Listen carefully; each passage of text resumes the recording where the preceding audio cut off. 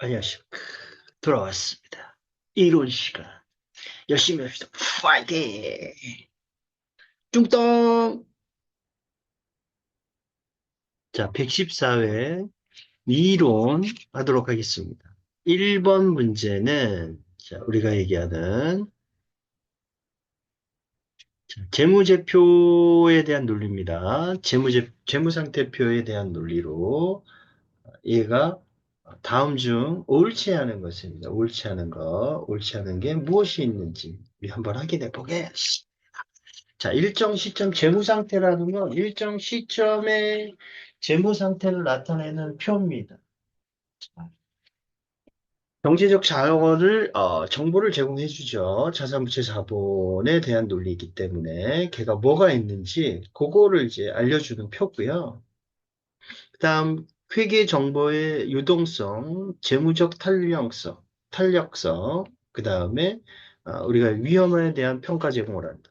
그리고 기업이 보유하고 있는 자산 부채 자본에 대한 논리를 자, 우리는 보여달라는 거. 종업원의 실적 근무 측정 근무 태도를 평가하는 건 우리가 재무회계의 목적은 아니죠. 우리 이제 이런 것들은 우리 인사평가에 대한 논리죠. 재무제표의 목적이 아니다. 그래서 이 정답은 4번이 되겠습니다. 자, 2번은 재고자산의 단가를 결정 방법의 후입선출법 그리고 이거에 대한 설명이 올바르지 않는 것은 그랬습니다. 올바르지 않는 것. 자, 실제 물량의 원가 그림이 대출 일치한다. 이거는 이제 우리가 먼저 들어온 거, 먼저 파는 선입선출법에 해당되는 거죠. 그래서 1번은 일단 틀리셨습니다. 그죠? 기말재고 자산이 가장 오래전에 매입한 단가가 결정되는 계산이죠. 나중에 만든 거 먼저 파는 거니까. 물가가 상승한다면 이익이 가장 적게 계산되죠. 과거의 원가의 현재 수익이 되기 때문에 이익이 가장 적게 계상되는 논리 중에 하나고요. 물가 상승하면 기말재고를 과소평가하게 되는 거죠. 자, 그래서 여기에 정답은 우리가 1번이 해당되겠습니다. 선입선출법에 관한 내용이다. 3번은 이제 수익을 인식하는 시점입니다. 우리 수익을 언제 인식하느냐? 배당금인 경우에 배당금을 수취한 날. 배당금 받은 날이겠네요. 상품권은 상품권을 발행한 날 가장 올바른 것 쳐드시라 했어요. 그러면 배당금 같은 경우에 수치가 아니라 권리 의무가 확정 금액을 확정된 날이 되겠죠. 그죠? 받는 거에 대한 거. 상품권 판매는 상품권을 우리 회수한 날이 수익의 인식 시점이 되는 거고요. 장기할 판매는 판매 가격 기간별로 안분해서 수익을 인식하시는 게 아니고, 재화를 이제 인도한 시점이라고 하죠. 파는 날, 우리 흔히 인도라고 얘기하시는 거고요. 건설형 공사 계획은 진행률에 따라 진행 기준으로 인식한다. 이게 맞네요. 자, 그래서 우리 정답은 4번이 가장 맞습니다. 그죠? 4번은 자본에 대한 설명으로 옳지 않은 것은 그랬습니다. 자본금이 2분의 1 달할 때까지 상법 규정상 금전 배당에 이게 10%는 무조건 적립을 하게 되어 있습니다. 그죠? 이익준비금에 적립한다. 맞죠? 자, 주식 배당을 하면 이익잉여금 계정이 우리는 사실은 이제 감소를 하게 되는 거고요. 자본금 계정은 증가를 하게 됩니다. 그래서 그렇기 때문에 자본 변동액은 변치 않는다. 요 논리대로 적용이 돼야 되겠죠. 그래서 주식 배당을 하면 이익잉여금 계정은 감소하고 자본금 계정은 증가하고 자본은 큰 변동이 없다. 이렇게 얘기해야 되죠. 자, 그래서 요거는 틀린 거고요. 자본은 이제 주주들에 대한 납입금에 대한 논리죠. 기업 활동을 통해서 획득하고 기업의 활동을 위해 유보된 금액을 가산하고 기업 활동으로 인한 손실 및 소유자에 대한 배당으로 인한 지주 지분의 감소액을 차감한다. 요거 맞는 거죠. 그래서 요건 이제 2번 일단 틀리셨어요. 현금 배당을 위한 배당금은 이익 배당에서 차감한다. 네 이익이 준 만큼 내 이익잉여금이 주는 거죠. 그래서 여기에 정답은 2번이 되겠습니다. 자, 5번은 우리가 단기 매매 증권을 이제 처분했을 때, 매도 가능 증권을 처분했을 때, 과연 이 답이 맞느냐. 요거를 이제, 가장 설명이 틀린 거 찾으라 그랬으니까, 여기서는 설명이 틀린 거, 요거를 이제 뭔지 한번 보도록 해보겠습니다.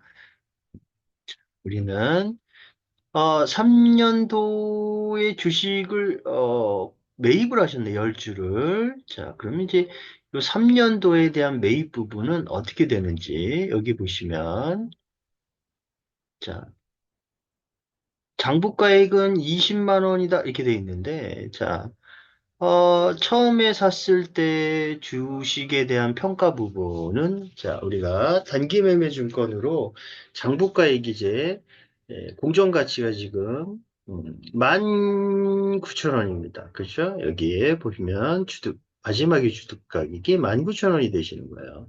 그러면 10주에 대해서 곱하기 10주 하시면 기말결산 시에 평가됐기 때문에 만 원이 줄어듭니다. 그죠? 그러면 공정가액으로 기록하는 거기 때문에 재무상태표에는 우리가 아, 19만 원으로 기록이 되는 거죠.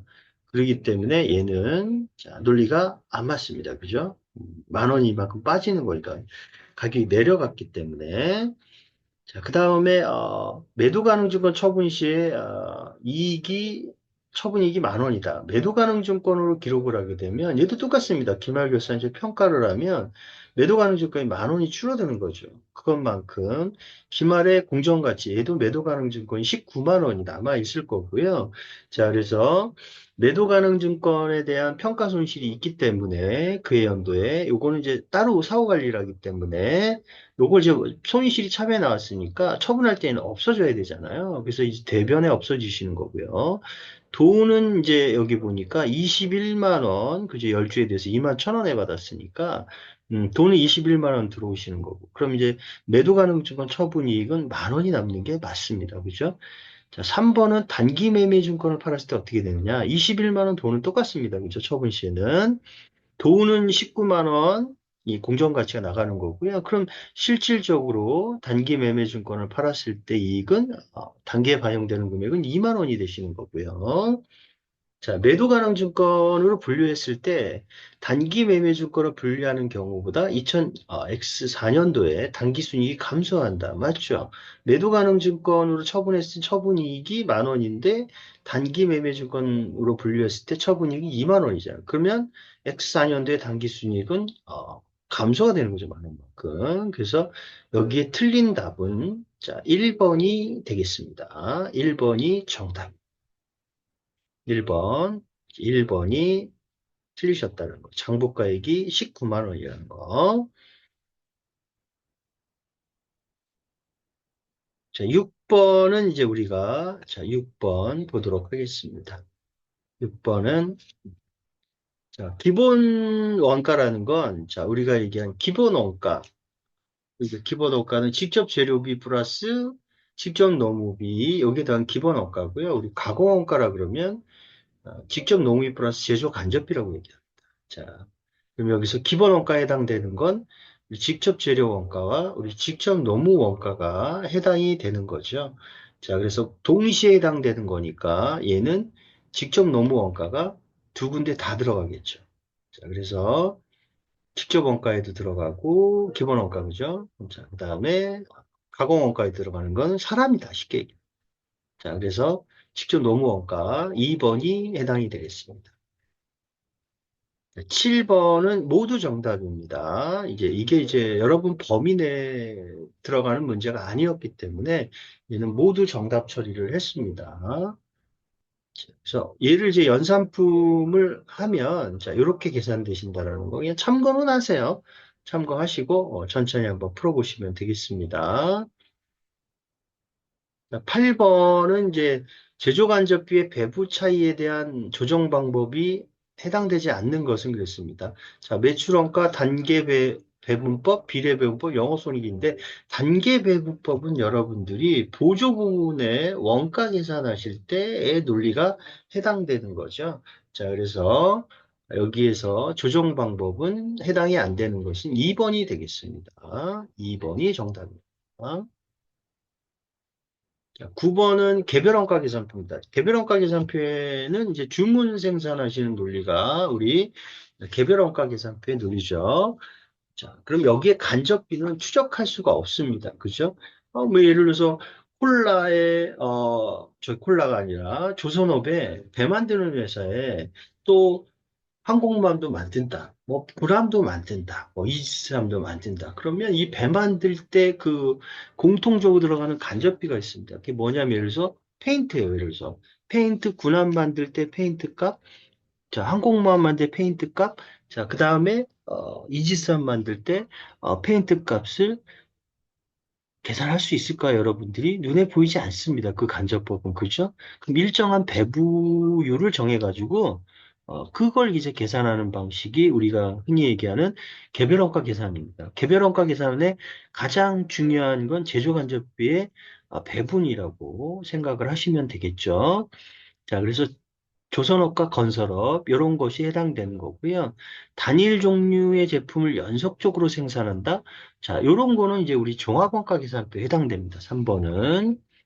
자, 그래서 실제 개별 원가 계산은 제조 원가를 기말 전에 배부할 수 없습니다. 그리고 제품 원가 계산이 지연된다는 단점이 있죠.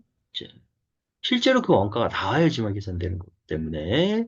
그래서 여기에 설명이 옳지 않은 것은 이제 3번이 되겠습니다.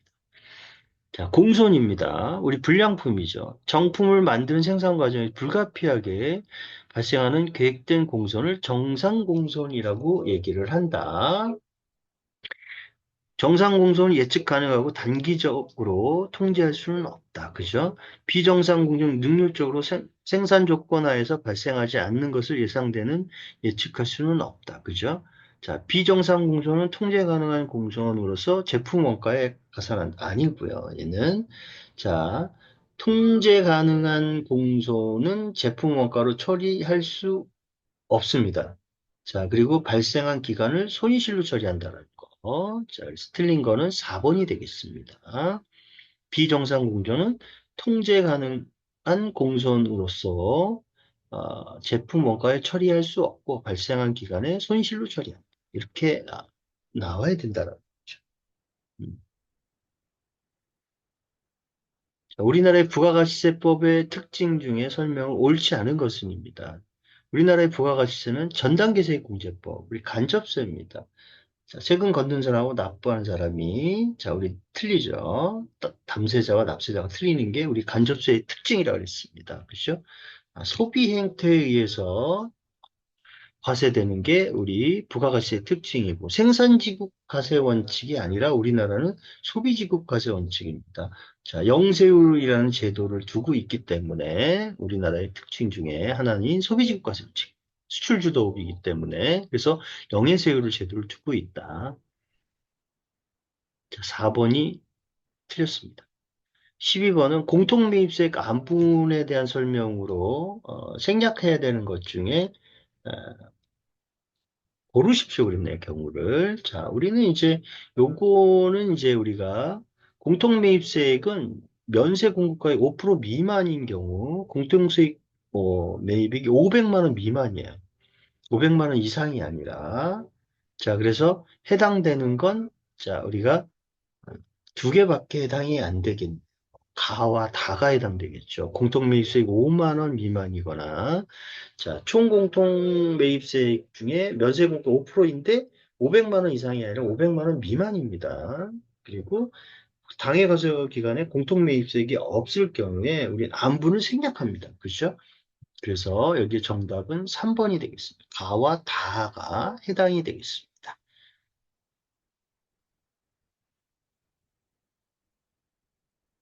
13번은 부가가치 신고 납부 설명으로 옳은 것은 그랬네요. 옳은 것은 예정 신고한 사업자는 이미 과세표준 납부한 납부세액 또는 환급세액을 각각 과세기간의 확정 신고 때에 대한 과세표준 및 납부세액, 환급세액은 신고할 때 신고하지 아니한다라고 되어 있습니다. 자, 그래서 얘는 이제 요거는 예정 신고 때 한 거를 확정 신고 때 반영하지 않는다는 거죠. 자, 그러기 때문에 일단은 1번이 맞습니다. 자, 모든 사업자는 아니죠. 예정신고 과세표준 납부세액에 관한 세무자에 신고해야 된다.